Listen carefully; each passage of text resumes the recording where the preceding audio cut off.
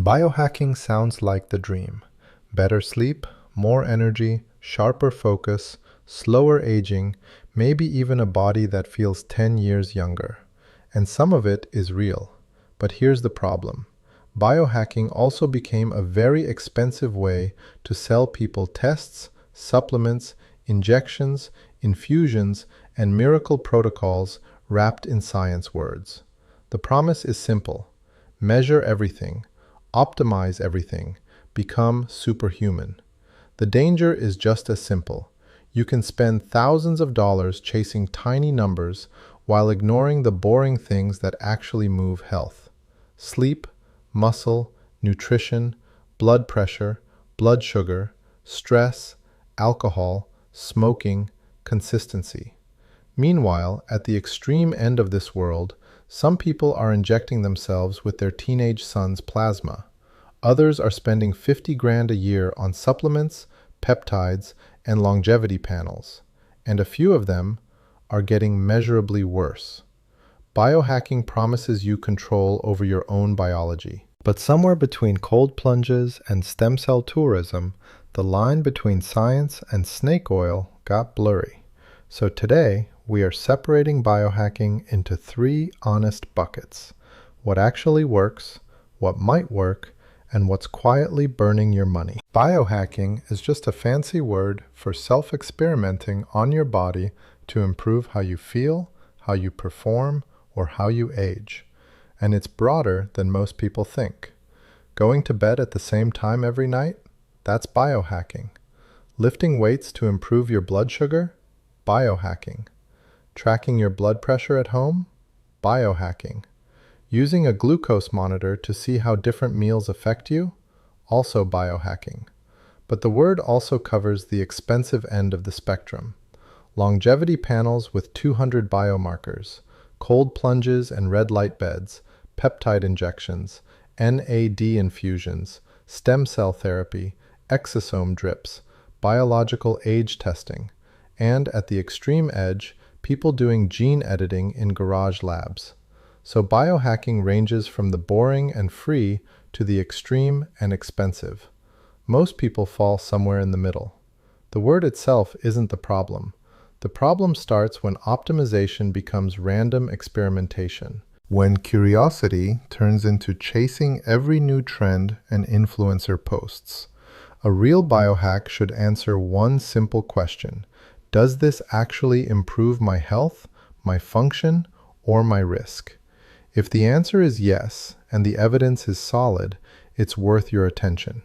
If the answer is, we don't really know yet, but it costs $2,000, that's not biohacking. That's marketing dressed up in a lab coat. Here's the biggest myth in the entire biohacking world. More data, more supplements, and more interventions automatically mean better health. It sounds logical, but it's often wrong. More data can create more anxiety. More supplements can create more side effects and drug interactions. More lab testing can flag abnormal results that don't actually mean disease. More interventions can distract you from the boring basics that actually move the needle. Picture this. Someone sleeps 5 hours a night, drinks alcohol most evenings, barely exercises, eats poorly, but they take 27 supplements every morning, wear 3 rings, and pay $2,000 a year for a fancy longevity panel. That is not optimization. That is health theater. A person tracking 14 biomarkers and stacking 30 pills can be measurably less healthy than someone who just sleeps well and walks every day. More inputs create more noise. More noise leads you to chase numbers that don't matter. And optimization without fundamentals is just expensive performance. So here's the filter. A useful test should change a decision. A useful supplement should fill a real gap. A useful intervention should have a clear goal, a known safety profile, and a way to measure whether it actually worked. If you can't explain why you're doing it, what it's supposed to improve, and when you'll stop, that's not biohacking. That's guessing with a credit card. Supplements aren't automatically bad. They're also not magic. The honest answer sits in 3 buckets. Bucket 1. Reasonably evidence-based, useful when there's a real need. Vitamin D can help if your levels are low. Omega-3 may be useful if you don't eat fatty fish, especially when triglycerides are high. Magnesium may help some people with sleep, muscle cramps, or constipation, depending on the form. Creatine has solid evidence for strength, muscle, and exercise performance. And a protein powder can help if you're just not hitting your daily intake from food. Bucket 2. Possibly useful for specific people. B12 matters for vegans, older adults, and people taking medications like metformin or acid blockers. Iron if you're truly low. Fiber supplements if your diet is poor. Bucket 3. Mostly hype. Fat burners, testosterone boosters, detox blends, adrenal support, hormone balancing powders, giant anti-aging stacks. Proprietary formulas packing 20 ingredients at subclinical doses.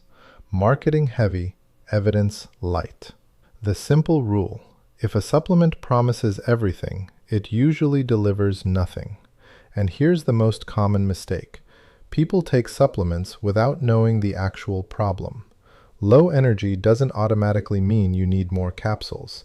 It may mean poor sleep, anemia, thyroid disease, depression, sleep apnea, overtraining, undereating, too much alcohol, or a side effect from a medication you're already on.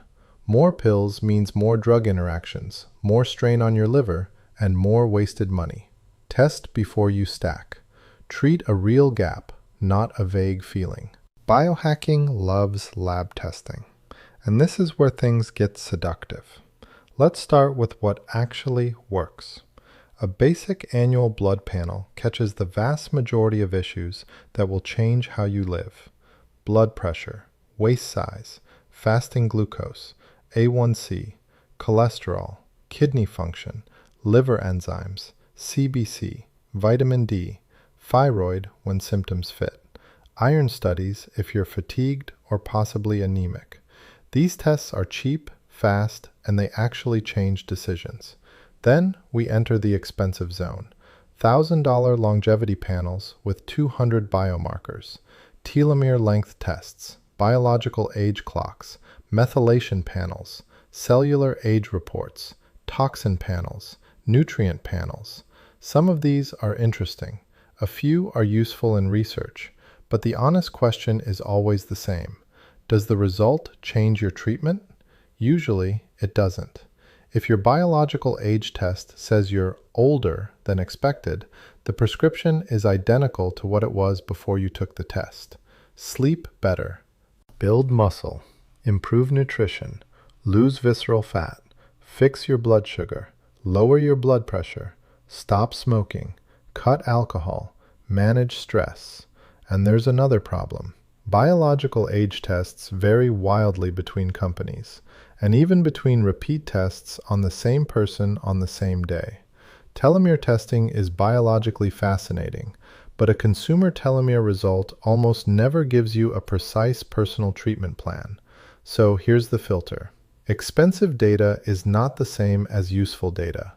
If a test result wouldn't change what you do tomorrow morning, you probably didn't need the test. The goal isn't more numbers. The goal is better decisions. Peptides are short chains of amino acids that signal your body to do specific things, and this category is where biohacking gets genuinely risky. Let's start with the legitimate side. Some peptides are real medicine. Insulin is a peptide hormone. GLP-1 medications like semaglutide, used for diabetes and weight management, are peptide-based. These are regulated, studied, prescribed by doctors, and used for specific conditions with known dosing. But when biohackers talk about peptides, they usually mean a different group: BPC 157, TB500, thymosin-related peptides, GHKCU, Epidolon, MOTSC, KPV, Sermorelin. They're promoted for healing, inflammation, senescence, recovery, longevity, and anti-aging. Here's the honest version. Some of the research is genuinely interesting. Some mechanisms sound plausible on paper. Some people report feeling better. But for most of these peptides, we don't have strong human outcome data. The promising results come mostly from petri dishes and mice. We don't have enough long-term human trials to prove safety, and we don't have proof of meaningful anti-aging benefit. The risks are also real. Most peptides sold to biohackers come from research chemical suppliers with no FDA oversight on purity or dose. That means contamination, wrong dosing, immune reactions, misleading purity claims, and people injecting research use only products as if they were approved medicine. A scientific sounding name doesn't make something proven. Animal data isn't human data. And if you wouldn't inject something a stranger online called research grade, don't inject it just because an influencer with great lighting did. NAD is a molecule your cells use for energy, DNA repair, and signaling. Because NAD levels appear to drop with aging and illness, it became one of the biggest longevity topics on the internet. Then came the products. NAD infusions running hundreds of dollars per session, NADH pills, NMN capsules, NR capsules, all sold with the same appealing theory: raise your NAD, restore cellular energy, and slow aging from the inside out. So what does the evidence actually say? What works?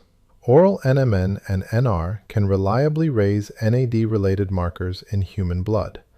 That part is real and reproducible. What is less clear?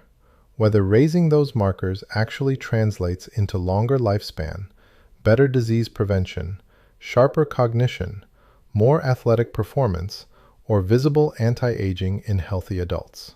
Most studies so far are short, small, or done in mice.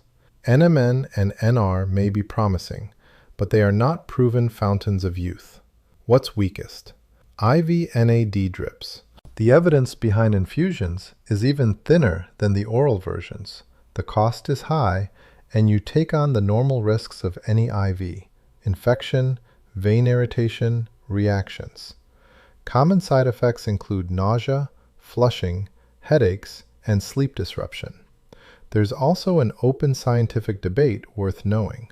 Some researchers worry that aggressively raising NAD could potentially fuel existing cancer cells. For most healthy people in modest doses, NAD precursors are not dangerous, but the marketing is far ahead of the evidence. The core mistake is assuming that improving a cellular marker automatically means you improved real-world health. Lab numbers are not the same as a longer, better life. This is where biohacking gets serious, and where the gap between real science and real grift is the widest. Start with stem cells. Stem cell therapy is legitimate medicine in specific settings. Bone marrow transplants are well established for certain cancers and blood disorders. Some orthopedic uses are studied and improving. That part is real. But that's very different from paying cash at a clinic for stem cell injections for aging, fatigue, arthritis, brain fog, or general rejuvenation. Most of these clinics are unregulated, often very expensive, and there are documented cases of infections, blindness, and even tumors after these procedures. Exosomes are next. They're tiny particles cells use to communicate, and the research is genuinely exciting. But the clinics selling exosome facials and IV drips are running about a decade ahead of the actual science. The biology is interesting. The product is not yet proven. Then there's young plasma. The idea is that blood from younger donors might reverse aging in older people. It sounds futuristic because most of it still belongs in research, not in a clinic. The FDA has specifically warned that these infusions have no proven benefit and carry real risks, including infection, immune reactions, and clots. And paying for an unproven therapy can delay the proper treatment for what's actually wrong. The pattern is always the same: real biology, premature commercialization, sold to wealthy people who can afford to be the trial. Regenerative medicine isn't fake, but when it's marketed as cash-pay anti-aging magic, skepticism isn't optional. It's protective. Here's the unsexy truth. The biohacks with the strongest evidence are the ones nobody can charge you much for. Sleep is the biggest one. 7 to 9 hours, consistent schedule, dark, cool room. Chronic short sleep wrecks appetite, blood sugar, blood pressure, mood, and recovery. No supplement fixes a 5-hour sleep habit. Strength training comes next, 2 to 4 sessions a week. Muscle isn't just for looks. It protects glucose control, mobility, bone strength, and brain aging. Losing muscle quietly is one of the most underrated aging risks. Nutrition beats every stack on the market. A basic plate with enough protein, plenty of fiber, vegetables, and minimally processed food outperforms every longevity formula. Then there's metabolic health, waist size, blood pressure, A1C, triglycerides, HDL, liver fat, sleep apnea risk. These numbers move the needle far more than any biological age score. Cardiovascular exercise, even just daily walking, is one of the most powerful longevity interventions ever measured in humans. Not optional, just consistent. Sauna and heat exposure has decent evidence for heart health, relaxation, and even mortality benefits. But skip it if you're dehydrated, pregnant without clearance, unstable with heart disease, or prone to fainting. Stress management matters too. Chronic stress changes sleep, appetite, blood pressure, inflammation, and behavior, all at once. And the biggest moves of all? Not smoking, not drinking heavily, staying socially connected. These outperform every peptide, every infusion, and every $2,000 panel combined. None of this is exciting. That's exactly why people skip it, and exactly why it works. So here's where to land. Biohacking isn't bad. Curiosity about your own body is healthy. But the order matters. Before you spend a single dollar, run any biohack through 5 quick questions. Is there real human evidence, not just animal studies or influencer stories? Does it improve something meaningful like sleep, strength, blood pressure, blood sugar, mood, or function? What are the actual risks? What does it cost? And would that same money do more somewhere else? For most people, the best starting stack isn't exotic. 7 to 9 hours of sleep, strength training a few days a week, daily walking, enough protein and fiber, fewer ultra-processed foods, less alcohol, no smoking, morning light, stress management, regular checkups, boring, cheap, backed by decades of evidence. Once the basics are handled, then targeted tools can make sense. Specific supplements for real gaps, lab testing tied to real decisions, tracking that changes behavior, not just data for the sake of data. So fix your sleep before you buy a sleep tracker. Train your body before you buy peptides. Eat real food before you buy a longevity stack.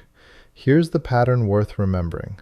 The most expensive interventions rarely have the strongest evidence, and the strongest evidence rarely has anyone selling it hard. Be curious, be skeptical, think for yourself. Your biology doesn't care how much you spent. It cares what you do every single day. Question the hype, trust the basics.